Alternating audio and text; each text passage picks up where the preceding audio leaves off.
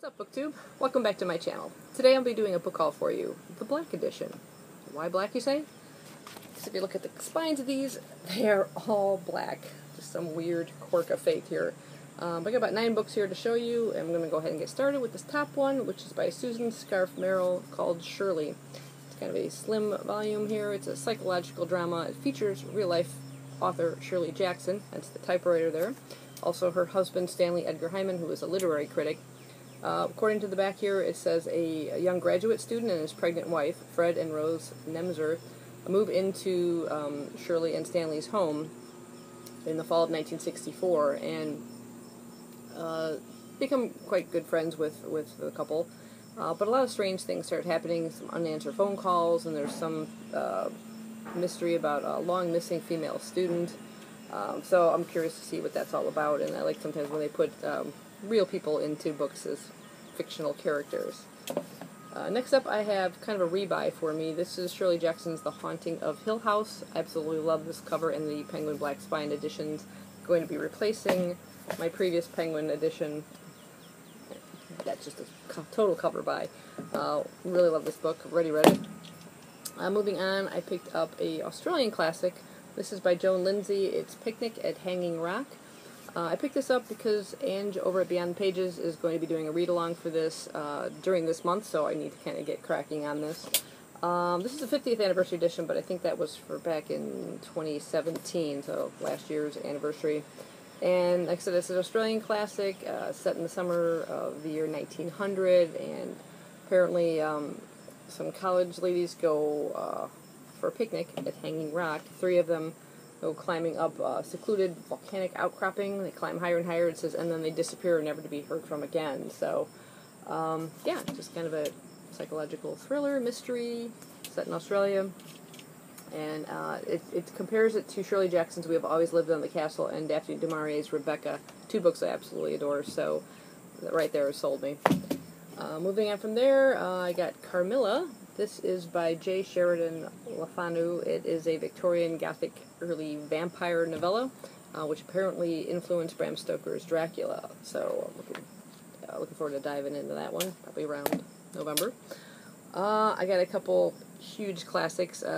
These I'm not in any rush to read, but when I saw them in half-price books, I snatched them up right away. They were in such great condition, and I've heard really good things, particularly about this first one here, George Eliot's Middlemarch. Quite a chunker there. And like I said, it just popped up, and I heard really good reviews of them. I've never read anything by her, so looking forward to trying that out. Like I said, I'm not in any rush to read it. Got a lot of books kind of planned for the rest of this year, so we'll see. And then this other humongous book. This is Dostoevsky's The Brothers Karamazov. Again, this is classics, but I don't really know anything about it. Again, I'm going to read the back here. It just says, the murder of brutal landowner Fyodor Karamazov changes the lives of his sons irrevocably. Mitya, the sensualist, whose bitter rivalry with his father immediately places him under suspicion for parricide. Ivan, the intellectual, whose mental tortures drive him to breakdown. The spiritual Alyosha, who tries to heal the family's rifts. And the shadowy figure of their bastard half-brother Smerdyakov. As the ensuing investigation and trial reveal the true identity of the murderer, Dostoevsky's dark masterwork evokes a world where the lines between innocence and corruption, good and evil, blur, and everyone's faith in humanity is tested. That sounds actually quite good. A bit of a murder mystery, in a way, where the sons have fallen under suspicion. There's that.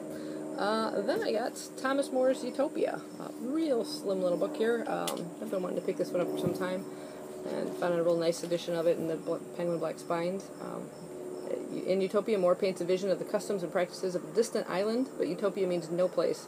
And his narrator's name, we'll try and pronounce this one, Hythlodaeus, translates as dispenser of nonsense. This fantastical tale masks what it is, a serious and subversive analysis of the failings of Moore's society, advocating instead a world in which there is religious tolerance, provisions for the aged, and state ownership of land. Utopia has been variously claimed as a Catholic tract or an argument for communism, and it still invites each generation to make its own interpretation.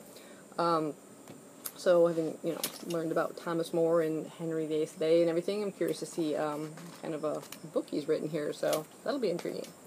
Then I picked up a nonfiction book, which I'm hoping to get to in November. This is Nellie Bly, and this is Around the World in 72 Days and Other Writings.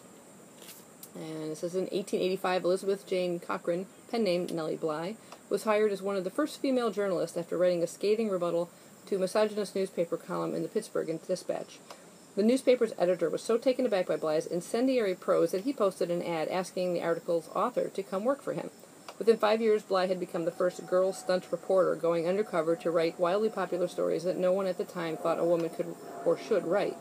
She committed herself to the lunatic asylum at Blackwell's Island for 10 days to expose the abysmal treatment of the patients, and later traveled around the world alone in 72 days, breaking Jules Verne's fictional record of 80 days. That sounds absolutely fascinating. It's not too big of a volume.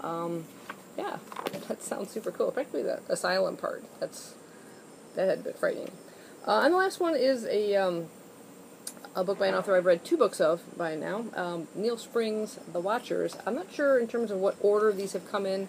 I have read, you can just about barely see, Ghost Hunters and The Lost Village. I just recently read this year. He's a really good horror, kind of spirit, horror, pretty much horror, ghostly kind of stories. This is set in Wales in 1977. And I'm just going to go ahead and read the back. It says, "My name is Robert Wilding. Since childhood I have been running from my parents' deaths, from my grandfather Randall Llewellyn Pritchard, his fantastical omens about fires in the sky from what happened at Broadhaven. But now my memories have returned to haunt me. In the Ministry of Defense Room 800, I met the man who keeps the nation's secrets, who wants me to investigate the sightings of Broadhaven, the ghostly figures, the lights from another world. I know it is my duty to expose the truth behind the happenings, quote-unquote, even if it will be dangerous, even though I may not live to tell the tale. I know it is my duty, but I am still afraid. I know the Watchers will be waiting for me there."